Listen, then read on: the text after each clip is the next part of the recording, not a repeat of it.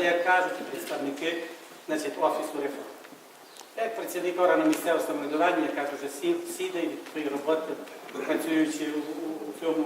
Я би хотів запитати, скільки попрацював цей реформатор в органах місцевого самоврядування? Або хто з них, хто приймав ці закони, розумієте, хоче змінити структуру, що вони знають специфіку роботи органів влади. Бо теорія наукова, а реальне життя показує зовсім іншу картину. Скільки не пройшло часу, які б не проводилися реформи у нас, вони всі були направлені на обман. І я вважаю, що це черговий обман органів місцевого самоврядування. Давайте дивимося. Роздержавлення. Що в кінцевому рахунку сталося з роздержавленням? Де наші заводи, фабрики, які ми казали, де у нас державний комітет державного майна, який мав слідкувати за тим, де приватизація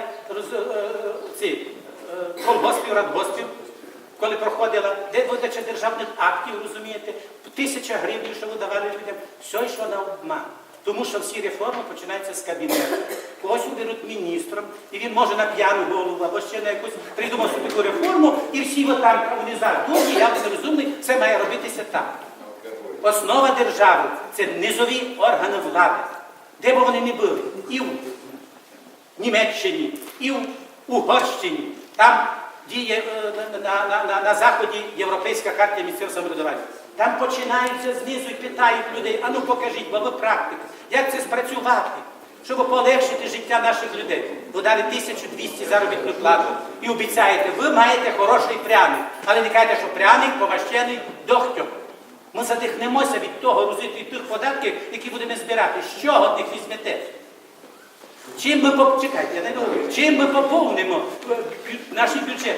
Якщо так, тоді має бути розраховано, що із державного бюджету на кожного громадянина має бути виділена така сума коштів, яка поступає за місцем проживання громадянина. І орган потім вже має розподіляти. Далі скорочення кількості штатних одиниць треба провести. І не треба їм, коли може таку велику кількість сільських рад, які є. І деякі лишні штати, але треба запитати, що нам мішає, що нам треба зробити, розумієте, для цього. Не треба таку велику кількість державних чиновників, які пишуть бумажку на бумажку, такі заходи, такі звернення, такі нагадування, просимо зробити. А всякі ці реформи і пропозиції – нуль доходу. Значить, нас навіть не забезпечили фінансування до кінця проведення виборів.